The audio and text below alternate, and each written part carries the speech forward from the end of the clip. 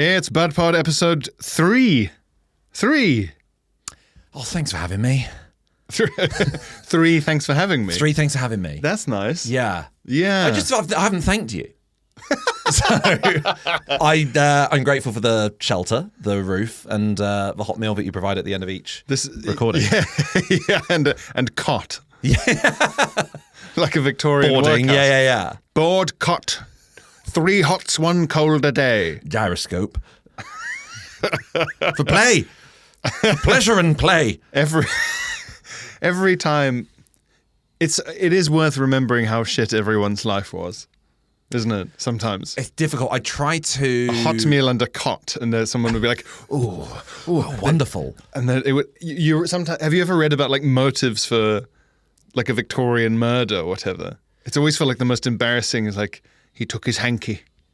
Oh yeah, you know, the stuff people were like hanged over as well, even in terms of punishments. And you were like, if that's what we're punishing people for, hang people for the smell. Like everyone's hygiene should have also been criminalised. Have a sort of smell commissar for the whole of London. And go, fuck it, you have to die. Jesus, you'll smell better. Yeah. When you'll somehow smell much better when you're rotting in that sort of hanging cage. I try to, anytime I'm really stressed out or ungrateful about anything in my life, try to sort of go, well, at least I'm not that, and think back to those times. I mean, it just bums me out because you go, oh, that was also bad. It like a life so bad that hundreds of years ago people will go, oh, I wish I hadn't heard of that. Yeah, I don't understand. Yeah, that's true. Actually, I've got a friend who. When they're miserable or hungover, they watch like a kind of horrible, like a war film or like one of those films filled with suffering. To feel better? Yeah. So like Ed Norton in Fight Club? Yeah. Going to the support groups? They watch and they go, well, at least that's not what's happening to me. Oh, man. But I think that's the whole logic between like, oh, remember there are children in Africa. Yeah. It works. I think it works for most people. But I think you should just do something like Toy Story and you'd be like, oh, thank God I'm not in a nursery with lots of hugging bear. That would, because then you go, at least it's bright and it's happy. And also, I don't want to be in that situation. I don't want to be Buzz Lightyear having to collapse every time a human walks into the room. Thank God I'm not a sentient train controlled by a sort of fat industrialist. Yeah, some characters in Toy Story just have life. Some characters in Toy Story just have life better than others, don't they? Way better. There's a reason Woody and Buzz are the central characters because they can move and have the use of limbs and they're fully prehensile, and as opposed to like the Etch-a-Sketch you see early on, where you go, the effort to bring yourself from lying to standing position with no limbs, and then all you can do is draw the people around you. And there's a reason we don't use Etch-a-Sketches now, because it's fucking shit. That's your whole life. That's your whole life. All the other characters will be like, oh, have to play dead. And you go, the Etch-a-Sketch is already dead. Yeah. It doesn't have to do anything. It just has to wipe itself. Has to wipe its own face and memory. I guess it can wipe itself clean. That's something. That's something. Yeah. It's got that function. It's not in palliative care. You have to be a toy with eyes. Yeah. To have fucking eyes. Yeah, it's a Mr. Potato Head thing where like sometimes his eyes, and he can put his eyes in his, because you stored Mr. Potato Head's features in his bum, didn't you? And so it was like, so he can see inside his bum. He's in the darkness of his own anus until he is assembled. Well, I guess it's the snow. It's like the snowman coal argument. Can the coal see what the snowman sees, or can the coal see everything the coal saw? Sorry, I said it's like the snowman argument as if that existed. Yeah, Aristotle's snowman argument. Yeah, but I know, but it is true though. Like, because here's a question: when did Mr. Potato Head's eyes become connected to his mind?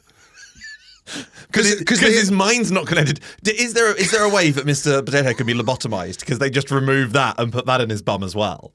There's no mind bit of him that you take out. Yeah, whence his soul? You know, like because the eyes of Mr. Potato Head. Yeah, he can leave them somewhere, and they act as a kind of CCTV camera. Yeah, it's so they're connected like Bluetooth or something. But they were made in a factory before they were assigned to his potato. Yeah, and were they immediately functioning eyes, is what we're saying. Did he have to pair them? Pair them like headphones. Like headphones. He had to pair them. And then the moment they're removed, are they still his eyes? I don't know, because he could transfer them to Mrs. Potato Head. People do make that argument of, is it, a sort of Shipathesius thing, I guess. There's an advert that plays a lot on the radio at the moment, and I think it's for British Heart Foundation, and it's like a guy jogging, and he's like, can I still run if I've had a heart transplant? And then there's someone else sort of being like, can I still do this if I've had a heart transplant? And then there's this voice of a little girl being like, is my mum still my mum if she's got a different heart? And then I just thought it'd be so funny if the voiceover went, no. No, there's a hollowness. No. She's someone else. Advert ends. And it's not, was that advertising anything? I don't think it was. No, she's a different person now.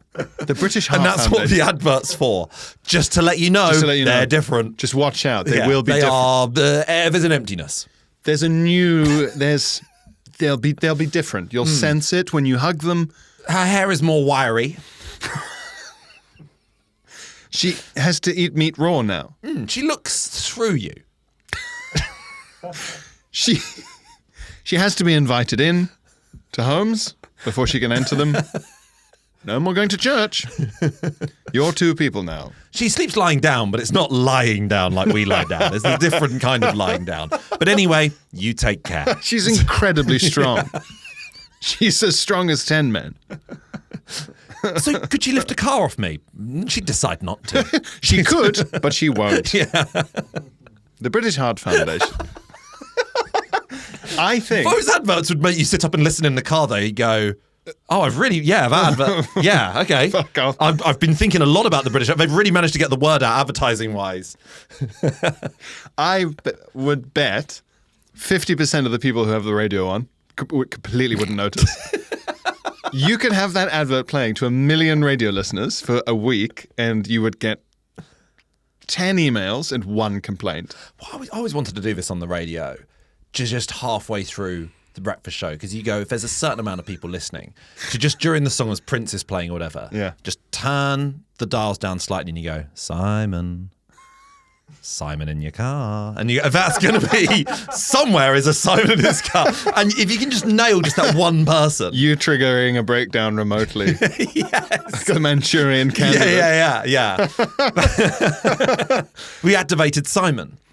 What if you just, I always thought this about, I don't think people would pick it up if you just threw in gibberish in the middle of generic radio banter. Well, gibberish happens more often than you'd think, because sometimes headphones are on a slight delay, and people have a habit, if your headphones are on the wrong delay, even by like 0.5 seconds, people have a habit of trying to catch up their voice or slow down their voice to match the delay, which is obviously impossible. And I've heard instances on like cheery commercial, like local radio, sort of like, we're talking like 10, 13 years ago or so, whatever. That was Jessie J. Coming. These don't send it very lightly. That weird pace. Lady Gaga. And then it just plays Lady Gaga. And you're like, what the fuck was that? That's weird, that weird pace delay. I remember hearing that. Yeah. That was Jessie J. And you hope that if you stop, it will catch up, as if it's just behind me. The voice is just behind me, and then whoop, and it's walked back into my body like a ghost possessing me. Yeah. But I thought, what if you're just doing like radio show stuff? Going, dude, text in. What are you doing to beat the heat? When you what are you guys doing to beat the heat? This Saturday it's projected to be the hottest day of the year. Kringle Jimbles, and then we're going to like just put it really quickly, just as part of a general flow. And when you're saying something that is a bit like linky, yeah, I don't think people would notice. People wouldn't notice at all. I've done it before when I used to be a newsreader, and you suddenly go, I didn't read my script properly, and there's a name I don't understand, and you'd be sort of like Ambrosandundum, and you just go, if you say it quickly enough, then they might question themselves and go, oh, I'm stupid because I didn't hear what he said. My ears failed me. Oh fuck.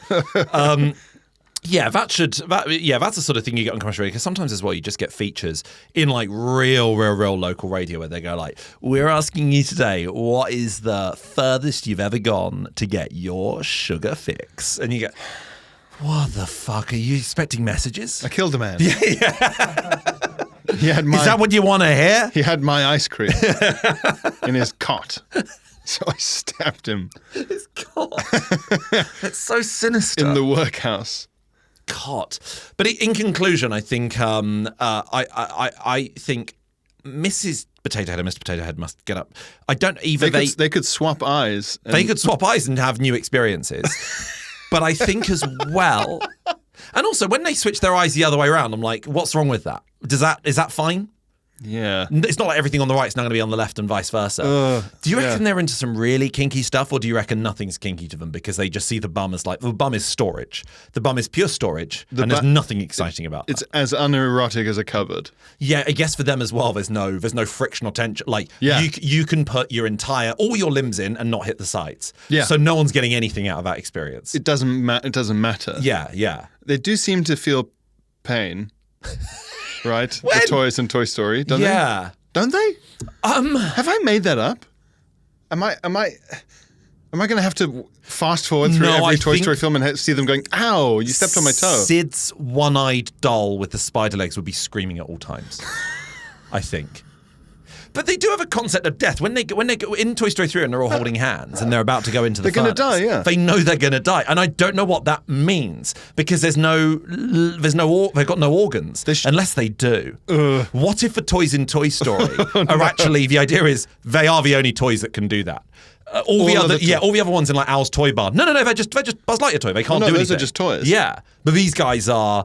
There's if you cracked open the wood, it would be like in when they chopped down the tree in Sleepy Hollow. Blood would start to come out of the.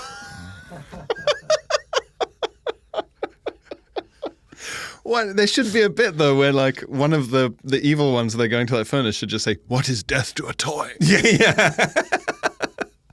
Like that's why the evil bear is doing it, to see if maybe the plastic melted lump would still be a Woody. Well, Lots of Hugging Bear actually has like a Twilight Zone-esque end because those toys should have died in the furnace, but at least that would have been the end of their torment. Whereas Lots of Hugging Bear ends the film strapped to the front of a lorry with like the fate he suffers. It's like ancient Greek. I was going to say it's almost sort of like medieval towns with their severed heads.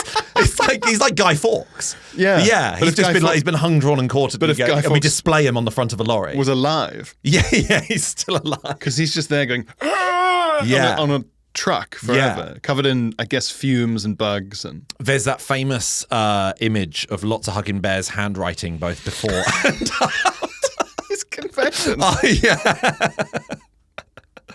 Do you reckon maybe just Guy Fawkes was just given a shit a pen, and that's what it was like? The quill was running out of ink, or he was just so nervous. I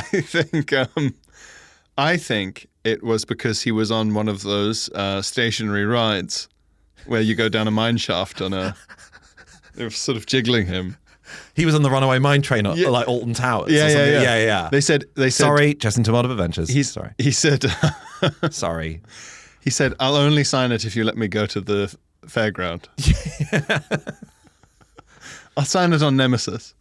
That's what he said. Yeah. But they don't really let you do that. It's kind of frowned upon, I think. I'm only saying this as someone who is actually going to a theme park next week. When did you get shown that image of the scribbly signature of Guy Fawkes? When did I get shown? Son, there's something we need to show you. You know how you love Bonfire Night? And you love calligraphy. Well. But I don't know how to tell you this. I heard some people discussing this, and they saw it at school as part of learning about Bonfire Night. I didn't see that bit, no. No, I only saw it as an adult shared around. But also, we weren't really given the ins and outs. We was just told naughty man, and then we burn a guy every November. I think the reason that a lot of British history at school focuses on Egyptians, Romans, Vikings, Tudors, World War II vaguely, is just because it's easy to explain. Whereas the Guy Fawkes, you just sort of go, right, so it was about... Hang on. Is Guy Fawkes harder to explain than Anubis weighing your heart? I think as a kid you accept fairy tale shit like that very easily. In fact, it was just because it was more fun. Yeah. It was mental. The pyramids were mental. Of course you wouldn't make a building in that shape. Like, it makes sense when you read that sort of like all workers were given a ration of 8 pints of beer a day. And you go, yeah. And of course they didn't build a house. They built it the wrong way. Just battered. They couldn't work out how to do roofs, so they just thought, what if all the corners matched up at the top instead in a nice little pinch like you're holding a carrier bag? That would be easier. Imagine 8 pints in that heat. Is crazy. And they weren't to even me. cold. We know what Brits are like in like Tenerife after that. Yeah. Like you can't build a pyramid. You can dress up as a Smurf. You cannot build a pyramid under those circumstances. At least the beer would have been like 2%. I think as well, it was more fun, that sort of history, learning about mummies and stuff like that. We took the wretch to see a mummy, literally on his 3rd birthday, to see a mummy. And you go, we took to see a dead guy, like, hey, do you want to see a dead body? And it was fine, and it was like fun. Didn't he ask for it as well, the wretch? I think he'd really asked for it as well. Show me the corpse. Yeah, I must gaze upon him. I must look upon him to know for certain he is dead. I must look upon Ramesses. Yeah. He's your enemy. Tell all your friends, Ramesses, what happened to you today. You put one of ours in the hospital, we put one of yours in a big pyramid. Yeah. Forever and ever. We need to be lucky once. You need to be lucky always. You need to be lucky for 10,000 years in the land of the endless night. But it's fun, whereas I think maybe there was, even with Guy Fawkes, there was perhaps a sort of domestic recentness to it that made it a bit more disturbing. In a sense, like, I don't know what the cutoff point with horrible histories is for when you can start talking about modern stuff, because it's always sort of like the turgid Tudors and stuff, and and they used to use thumb screws to torture people, but they never have sort of like it's sort of like the horrid Yugoslavian conflict. It's never that. The naughty 90s. Yeah. The sordid Serbians. Like, it's never that, is it? It's never going to be that. The comedian. This is years ago, before he was as massively famous as he is now, but the comedian Bert Kreischer came to London and did you opened for him, didn't you? Yeah. At the Bill Murray? At the Bill Murray, so an audience of sort of 80 people. I think he was just gigging because he was in town and why not kind of thing. But he made a great observation, which is that he'd gone around, I think, the Tower of London. And he was like, you guys are like really like fun about these horrible things you used to do, whereas we're not in America. And I thought, because in America, the recent kind of civil rights violations and torture and like government coming and killing you is all like much more resonant. Whereas the distance between like us and like a peasant who's being poked with a hot iron for not paying his church tithe is just so completely irrelevant. Yeah, that's exactly it. You go, well, the stuff in America is still relevant today, and it's still sore because there's like generations below who are still sort of affected by it. Whereas you go, there's no one still walking around with Guy Fawkes hats. I get you like spat at in the street. Get out of here. Get out of here. Buckle your own hat. Buckle your hat somewhere else. What is it, a shoe? Shave that moustache, you look stupid. But it was really funny for him as an American to be like, the fuck? While some tour guide was like, and then we used to chop off their toes. Yeah, you go, but medieval torture is so like sexually weird, isn't it? You go, just kill them. Just kill the person. It's worse when it's not even a torture technique. You go, that's how they killed them. And you go, just, if only you had guns, use a sword. Come on. Yeah. Come on. I think that's true. Pressing their forehead is less painful than doing that. Pressing their forehead to death. Yeah. We smushed them like a big sandwich with some rocks on top till they were dead. Is just insane. I used to think that, when I say used to, I'm talking like 5 years old, used to think the water torture, the aim was not you just constantly, it drives you insane. I thought it was that like a rock over time, it erodes your head. It's like, and it's caving in your forehead, and after a while you're like, well, I look ridiculous. I'll confess. I can't go out like this. Because you've got like a cliff in your head. But yeah, and it's just one concentrated dot. It's just like a kind You could maybe slide an entire HB pencil in.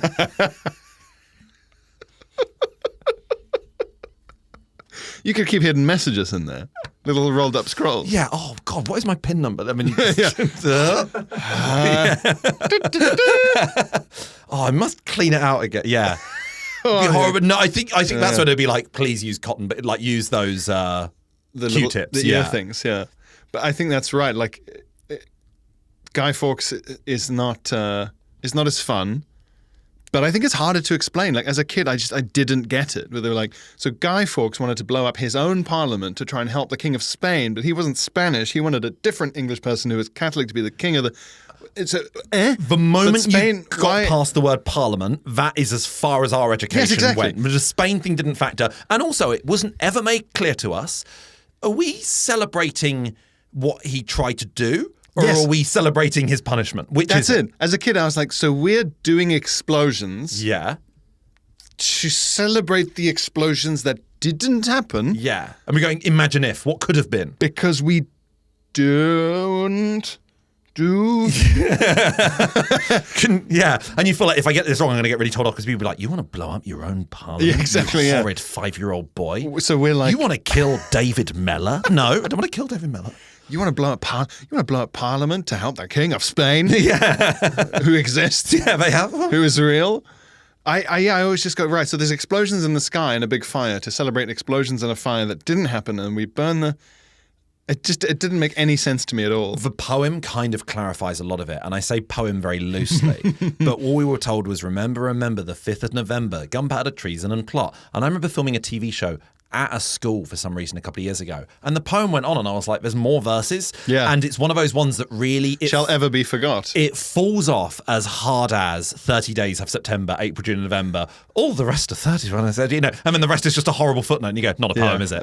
That's all the rest of Guy Fawkes is sort of like, and explosions ye see, but then the Spanish... I'm 10. I'm 10, so we don't have to do this. It's like the rest of the national anthem. There's more? There's like 10. There's like 8 verses to it if you want. I thought it was just the football bit. There's one. I thought it was in, out, done with... There's a bit where the original song is to do with like stopping an uprising in the Highlands.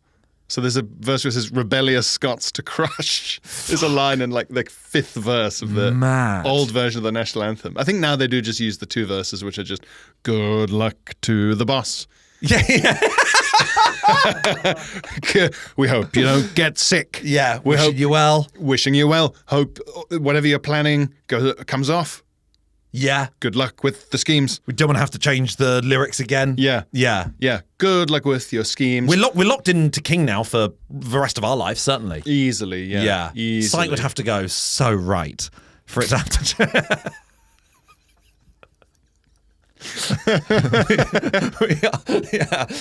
Are we the only regicide podcast? We're the only regicide. Yeah. We're actively planning a regicide. We're the only one willing to discuss regicide. Willing to discuss it. We're still an anti-murder podcast, though. Anti-murder. That legacy has not changed. Yeah, that's others aren't brave enough to talk about that. No, that murder is bad. There was some clip of a guy going around saying like everyone should just stop killing each other, and then everything would be fine. Yeah, like on a podcast, really with total seriousness, as if that was like a really good idea. It's so funny. There's a guy I went to school with. Mega fan, and BudPod old head, the originator of The Baby Has Poot, Mari. Oh yes, sent that to us, saying like you're not the only anti-murder podcaster anymore. People are learning. A guy I went to school with, I saw on Facebook. This was when there were loads of ISIS attacks across sort of France and the UK. Oh yeah, posted a status saying, "Just love each other, people." And I remember thinking, I hope that doesn't work. And then annoyingly after that, there were just like no more ISIS attacks, and it was like, fuck's sake.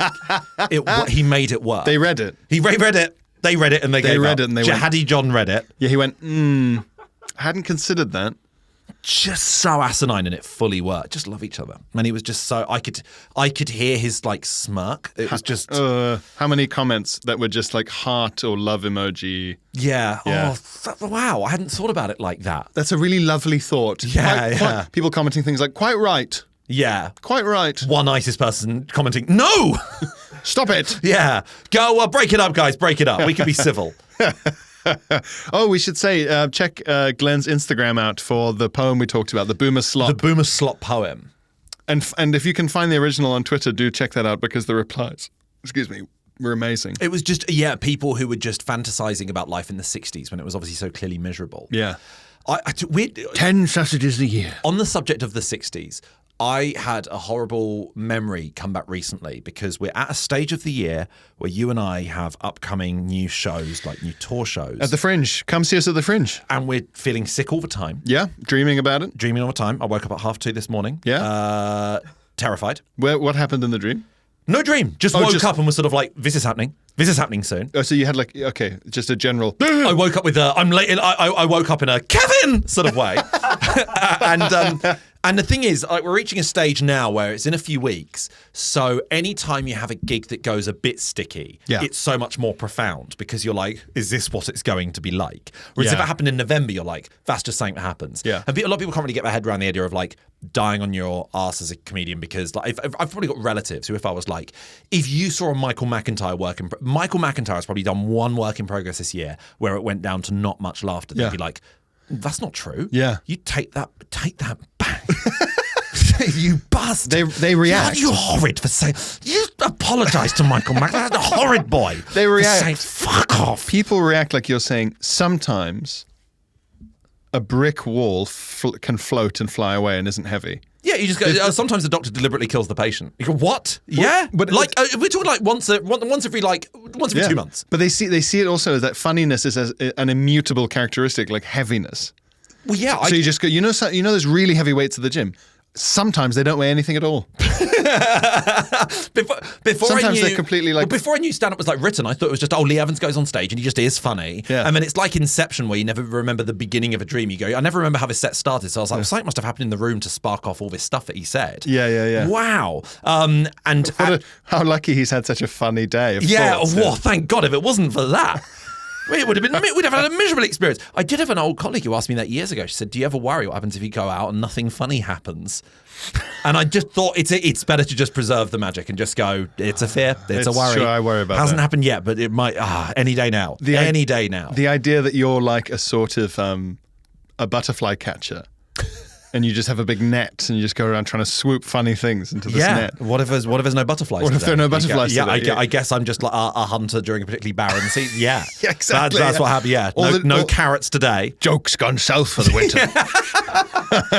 It's okay. We've made it through winter before. We'll do it again. We'll have to take some of the jokes from summer and pickle them. Yes, we'll take some of the old ones. My mother-in-law is so okay. We're doing that one again. Pickled and salted jokes in a barrel. We've got one about Keir Starmer. That'll last for the next couple of years. That'll keep. Keir Starmer will keep for a couple of years. Put it in the smokehouse. It's basically I've reached a stage of the year where I'm not trying to write any like brand new more bits. I'm like, the content of a show is there. Yeah. Any additional bits I write over the next couple of months are going to be like directly linked to that show. I'm not looking to like come up with any more new routines or anything like that, because if you do, it feels like a waste of time, and it feels so much more profound when it goes badly. And I was having a flashback to the last time I did a tour show, and it was a couple of months before the Fringe, and I was in a pub having hung out with a friend, and then he needed to head off, and then I just had this idea for a routine, and I just wrote it out, and I was like, I really like the sound of this. I'm really happy. And I happened to be in Tufnell Park, where there's Aces and Eights, which sometimes there's a comedy night downstairs. And Andy Barr from the Born Yesterday podcast, he was obviously like hosting a gig there, and he was hanging around outside because it was like the interval.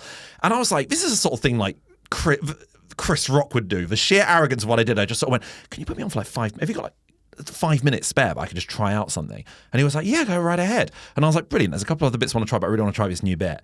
And I think it is amongst the hardest I've ever died. And I just had such pride, with confidence, and fresh off the griddle, ready to go. With just like a freshly hatched duckling of a... And I was so proud, and I never said it again. Such a delicate joke. The whole concept with regards to the 60s was that I was talking very sincerely about my grandfather, who worked in basically sort of like MI6 and the like and died recently.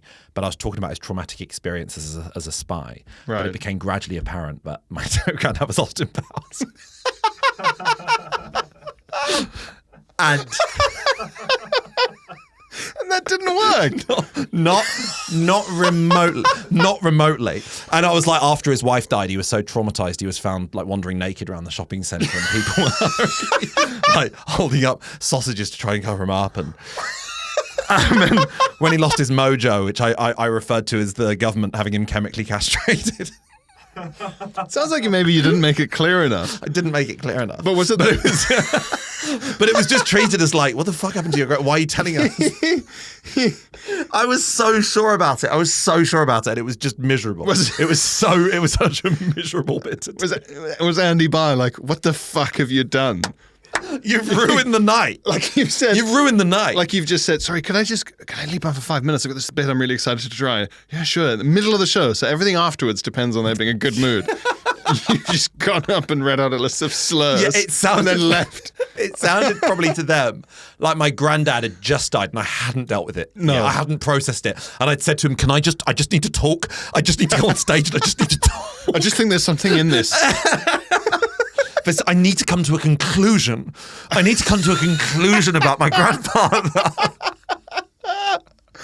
Was it that London thing that can happen where in some comedy clubs in London, because they are the first thing that comes up if you Google comedy London, things to do London. Yeah. The audience is mostly Spanish backpackers. Like, yeah, I know. This sounds like the sort of thing like Katie Hopkins would say. I've known entire comedy clubs to fall to international audiences. Where you go on stage and you sort of go, you could be like, has everyone heard of Mission Impossible? And they'll be like, you see, half the crowd's basically going, no, we don't want any. When there's so much whispering because the people fluent in English are translating for their partner who isn't. And you go, this is banana. I feel like I'm doing a gig at the UN. But everyone's got headsets in. He is saying that his uncle fell down the stairs and tumbled into a car. The mother of his wife, she is a burden. He's saying the bullies at his school, that was just the professors, the teachers, just the teachers. And then they're having to go, because you're doing a reveal, it's a punchline. That wasn't what was happening. He meant he was actually a member of staff. I was confused. I thought he was a pupil at the school. Doing a corporate gig at the Yalta conference. Stalin having someone whispering in his ear. Yeah. I had that the other day. Someone was translating my set into Mandarin. Into fucking English, mate. Into fucking comedy. How about that? Into Mandarin, I think. They had a friend from China. They messaged me afterwards saying, "Oh, that was me. They enjoyed it too. They were nice about it." Yeah. But it was mad because obviously the person having it translated laughed like 3 times properly, but about 100 times was going, Just going, yes, okay. Like we would if someone, like, if we were in, I don't know, I mean, if we were in China or India going, this bit is about, like, it's about how he shares a flat with his brother and his brother's really messy and he played a prank on him about the man. You go, oh, okay. Like, I felt like you're reading out the synopsis in the TV guide. Yeah. Or if someone just went, I don't have time to take you through the whole plot. Yeah, he just can't seem to get things right. But would it be funny if you live with someone they're really messy, so you do a prank where you paint some of the mess on to the counter and the guy tries to clean it off and it doesn't come off. You go, yeah, that could be funny. Yeah, I can see. I'll watch it later. So it's more like a writer's room thing. Yeah. It's almost like you're having jokes explained to you in a writer's room. I feel like so much of my stuff is like almost untranslatable. I remember doing a show in 2018. But that's the thing, is that Austin Powers... Right, yeah. Like, it would take a few seconds for an English crowd to go, hang on, it's fucking Austin Powers. Yeah. Whereas someone from a country that... They may not have seen it. They don't know what MI6 is. They don't have... You say, back in the swinging 60s, and they go, in my country, the 60s was a time of great bloodshed. We were formed in 1983. There's like 11 countries. We didn't have the 60s. There was no music. And also, if you saw Austin Powers today... Union Jack pinstripe suit, you'd be like, you think he's in the EDL? He's a Reform MP. Yeah. Austin Powers is in Britain first. He would absolutely be in Britain first. But he's not a hooligan. Nobody's got that slightly off aesthetic. You get the he would people be the financer. Exactly, the very wealthy people who benefit from the thick people in Britain first. Those people. Yeah. That would be him, where you go, I don't know what's in this view. It's so much more sinister when they're in a really smart suit. Yeah. And a much younger girlfriend, like far right. Like when you get like a really far right woman in her 20s, that's like really sinister. And they're as well. always very Aryan. Yeah. Singapore-based financier Austin Powers was seen today at the march. Like Austin Powers defending the cenotaph. Saying to a lot of protesters that what they're doing is not groovy. Yeah. They keep interrupting him in silence because he keeps saying, yeah, baby, yeah! He does it right at the end.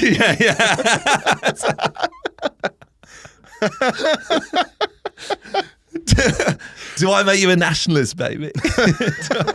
How old is Austin Powers supposed to have been? He's 52. In the... He's 52. You're like He's 52. You're such a big fan of Austin Powers that you're doing that gatekeeping thing. Really aggressive. The suits are from a different tailor to the other guy. That's why they look like that. Have you even seen it? Do you want to be part of the club? Austin Powers in must the be 60s. How old is he supposed to be? This is going to be really bleak because if we say like 40, I think it is. Then he's dead. He'd be dead now. But that's the whole point. They froze him. Yeah. So that's why he was alive now at all. He was frozen. He should have been. He should have been dead.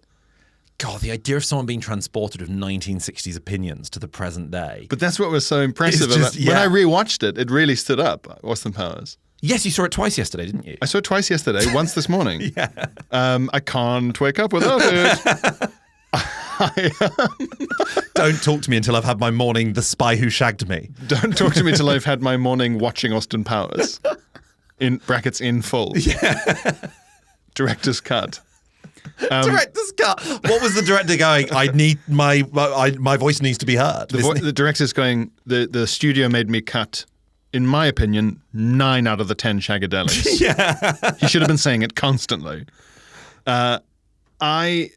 It really stood up, yeah. I was expecting it to be as cancelable as large sections of, say, Ace Ventura. But it really wasn't. It's the stuff you'd imagine would be that isn't. Mrs. Doubtfire really holds up. Apparently White Chicks really holds up. Really? Austin Powers, because also Austin Powers is like all about consent. And they're like, it's just the... He's a hippie, basically. It's just the walking around a shopping centre naked, Yeah. which is indecent assault. But also at the same time, as we've already established, that's trauma. But you have to prove... His wife has just died. That's trauma. You have to prove intent. Yeah. Nudism is not illegal. But it is illegal if people can say you were clearly doing it to fuck with people. When I was at like primary school, a rumour went round that there was an uncensored version of Austin Powers where you could see his dick. And we were desperate to see it. Everyone was desperate to see it. We were all trying to find it. And I was like, what are we doing? We were like 9. Everyone wanted to see Austin Powers' dick. All these kids wanted to see Mike Myers' dick. To see Mike Myers' dick. We were just so desperate. Like, sort of like, let's see the guy voices Shrek. Let's see his dong. I need to see his dong. Imagine the fear of hearing that as Mike Myers. There's this school in London, and all the children there are hunting.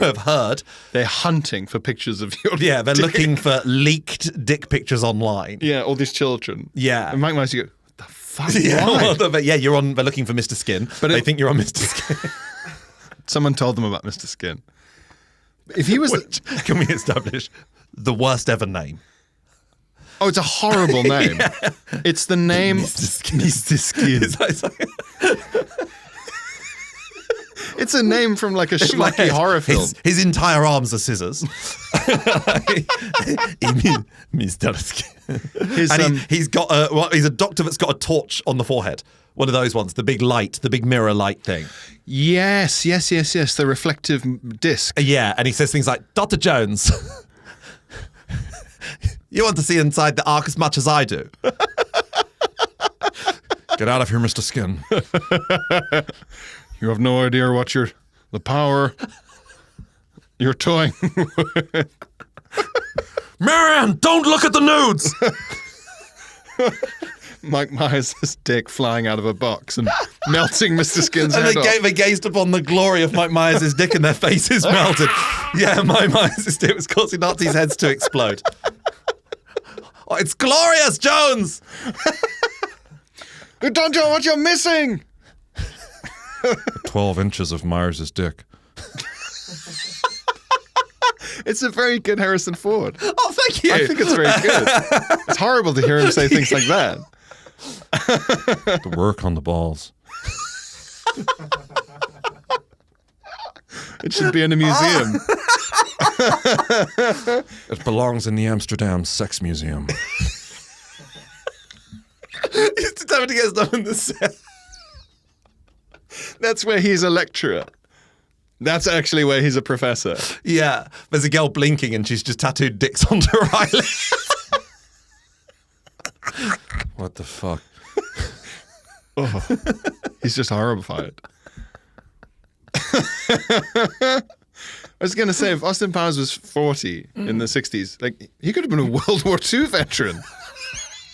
Like, genuinely. Yeah. He's not necessarily the wrong age to have... Fighting for... Because I feel like the lady doth protest too much. If you're driving around in a Union Jack car, you go, that's the equivalent of fleeing to Argentina. It's like you go... No one British is doing this. Yeah. Oh, I'm Mr. England. Yeah. Nice to swing here in Cannabis Street. And he's wearing a disguise. I mean, he's wearing a mad big wig and glasses. Yeah, it's clear. He's definitely bald underneath. Mole thing and a big frilly collar. Yeah, I just like to dress like English a person. Yeah. Yes? Because his middle name's Danger, and it's obviously that's like Danger or something. Yeah. The Danger Schmidt aircraft that was. His name is what's danger in German? Oh God! It's always there's Achten's attention, but then Danger would be like, oh God, it's like hazard based. I can't remember. Yeah, it's something different because it's not like in danger or whatever in France. It's like peligroso. Gefahr. Yeah, Gefahr. His name is Austin Gefahrmacht. Danger power. He escaped at the last second. He's like the end of Downfall, basically. He was in the bunker being informed of, that's just not Shagadelic. That's really not on Churchill. There's a bit in Downfall that they cut where it's the bit where Hitler's taking his glasses off and he's massaging his thing. His eyebrows. Yeah. What's this called? The bridge of your nose. Massaging your eyebrows, like the idea it would be the either opposite ends of his eyebrows. What's this? The bridge of your nose? God, I need to go on a 1 month holiday 12 times a year. Exhausted Hitler. Yeah, Hitler's going, oh, the Algarve, take me back. Take me back. Fucking hell. Right. Out of office on. OOB, out of bunker. Yeah. I'm going on Skyscanner. I'm looking up flights to Buenos Aires, and I don't care how I get there.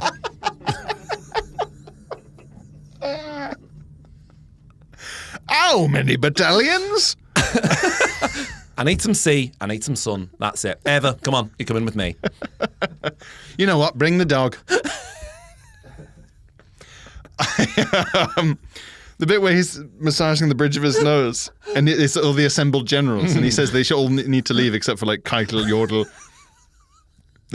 If you look, actually in the back, Austin Powers is there. Yeah. Standing nervously. Yeah, trying to work out how to defect. And Hitler's going, Keitel, Jodl, Austin Powers. He says it. They cut it. If you watch the director's cut, he wants Austin Powers to stay and give him advice. Can someone please Photoshop Austin Powers? It's Austin Powers reassuring the weeping secretary outside the door. Don't worry, I'm sure he's got an incredible plan. Yeah. And then just immediately tunneling out through a sewer. There's a German Michael York. Well done, Austin!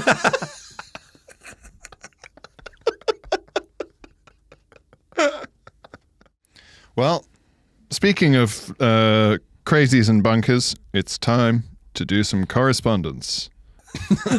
Holiday Hitler's really. Holiday Hitler. I've got my outer bunker on. It's time. Oh my God. So we got some Instagram slop. Sun, sand, and suspicious Germans. That's the reality show for BBC Three about Nazi hunter Simon Wiesenthal's expeditions to South America. We have ways of making you sunbathe. It's Simon Wiesenthal and the Nazi hunters watching CCTV footage going, that's a lot of sausages for a South American man to eat. Why would they sell schnitzel in this beach bar? Yeah. I think we should interview this guy. This is, oh Lord. Yeah, okay. This is from Tom. Is it wretched? It's pretty wretched. Sorry, 1 second. Hi, Tom. Hi, both. Majority of praise redacted, although very much enjoying the second series. Hopefully over time we can start to see Glenn emerge as the Ringo to Phil's Pete Best. Oh, okay. Which is good. Yeah. I'm not a huge Beatles person. Hang on. Ringo replaced Pete Best. Yeah. So the idea is you'd also then leave. No.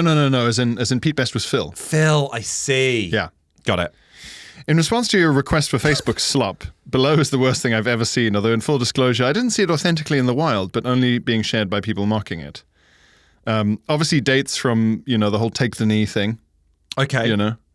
BLM and that sort of 4 years ago, Yeah. The height of of all that. The idea is that there's an English taboo against kneeling, right? So it's a kind of incredibly pixelated image of a crusader. Oh no. On one knee. Oh no. And it says the only 4 times an English man should take to his knees. Oh, it's going to be like fucking Dominic Raab again, isn't it? Dominic Raab was like, the only time I've ever kneeled was like for our mom. Yeah. And when I proposed to the missus or something like that. Exactly, You go, shut up. And to Paddington Bear. Yeah. And to Paddington Bear. Yeah, 1 to propose. You've got that. Okay. 3 before our monarch.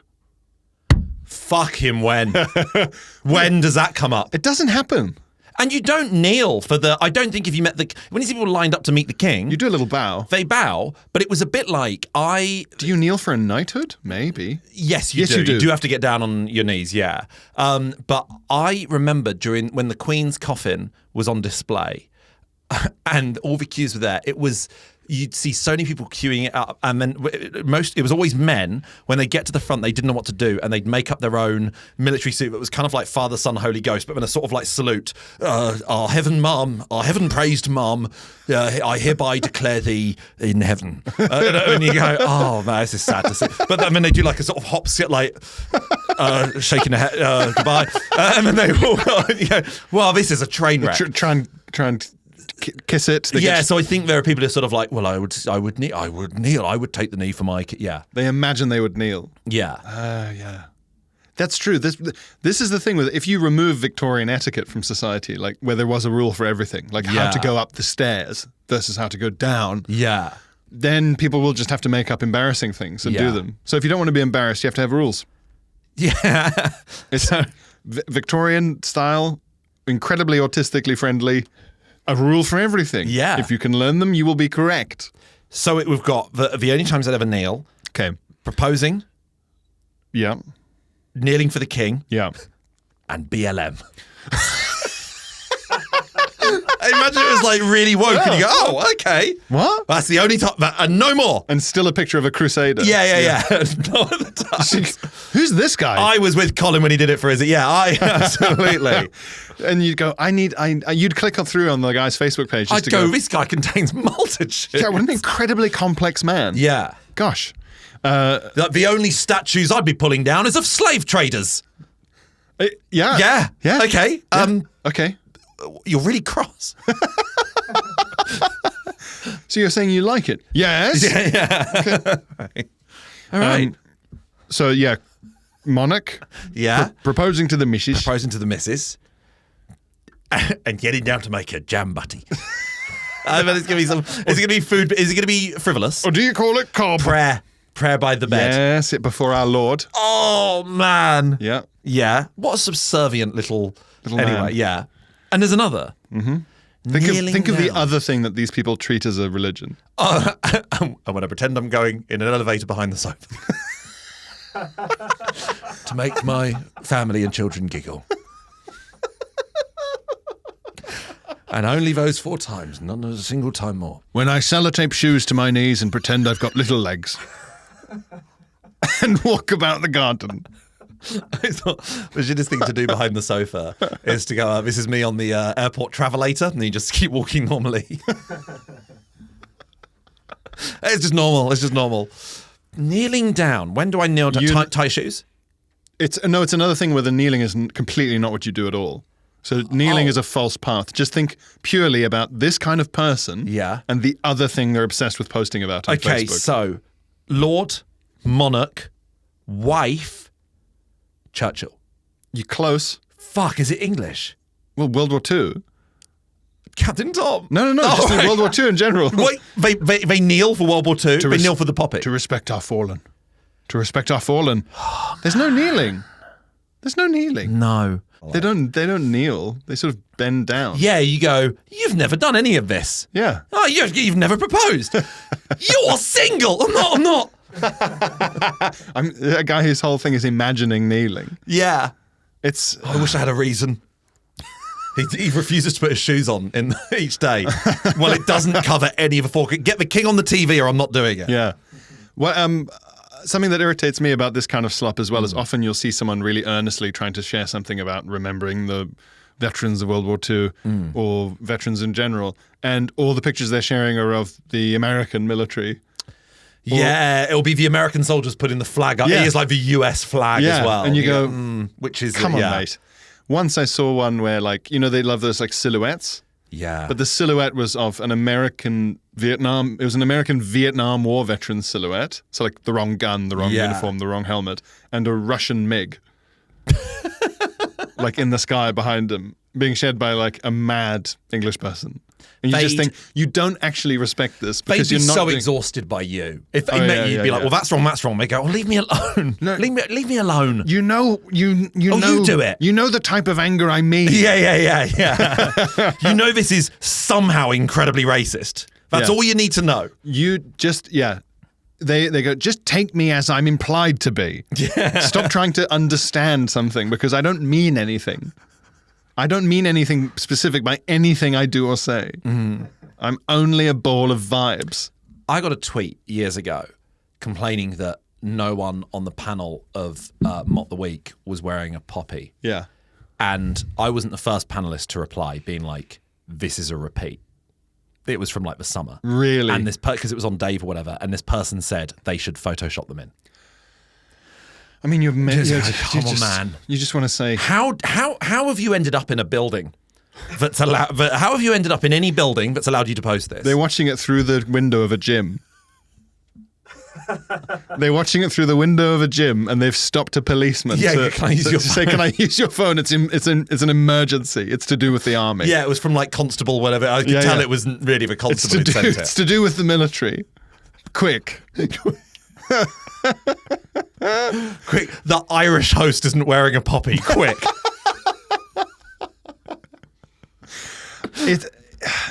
I always want to say to the people who do that kind of stuff and tweet that kind of stuff, go do whatever it is you're putting off. I know you have something to do. You're procrastinating, and I do it with Gilmore Girls. This is your Gilmore Girls. You're doing this, and I can tell your house needs to be cleaned. Yeah, clean your house. Yeah, the idea that an empty tin of corned beef that you procrastinating about washing up to put in the recycling bin has led you to far right nationalism. Well, it's like you already thought that kind of thing, but the only reason you're doing it makes it come out. It's a displacement activity because you can't be asked. Yeah, hoovering up all the fucking crumbs from around your face. The crumb people, yeah. Yeah, the crummy. Well, speaking of crumbs. Oh, yeah. We've now got to go to the VIP crumb tray of the bonus pod. Oh, that was Have you ever had a toaster with a crumb tray? No. It's a tray. You take it out from underneath. It's collected all the mad crumbs from decades of toast. Is it as satisfying as when you put all your spare change in a mug and then by the end of it you've got like 70 quid? Is it ever like a loaf of bread? Are you ever like, I could do something with this? I couldn't. But someone could. So I just collect them, yeah. Fling it. Do any urchins turn up to your house when you're doing it and ask for a bag of scraps? Feed the birds. Yeah, that's me. Bag of scraps. That would be a horrifying thing to do at the hairdressers. Oh yeah, fuck. Do you have a bag of scraps? Or just show up and go, any hair? Yeah. And you just got a big one of those huge like wheelbarrows. Knocking on the door. Just whack as much in as you can, yeah. Hair man. Hair man. What's it for? All right, I'll leave it then. Bye-bye. Okay. No, what's it for? Okay. It's okay. Don't worry about it. It's okay. So just tell me what's it for. No, I'll leave it. No, it's okay. So yeah. No hair then. I'll go to a different one. All right, there's another one down the road. Busy day. Got to keep moving. Thank you for listening, guys, patrons. We'll see you on the Patreon. Koji.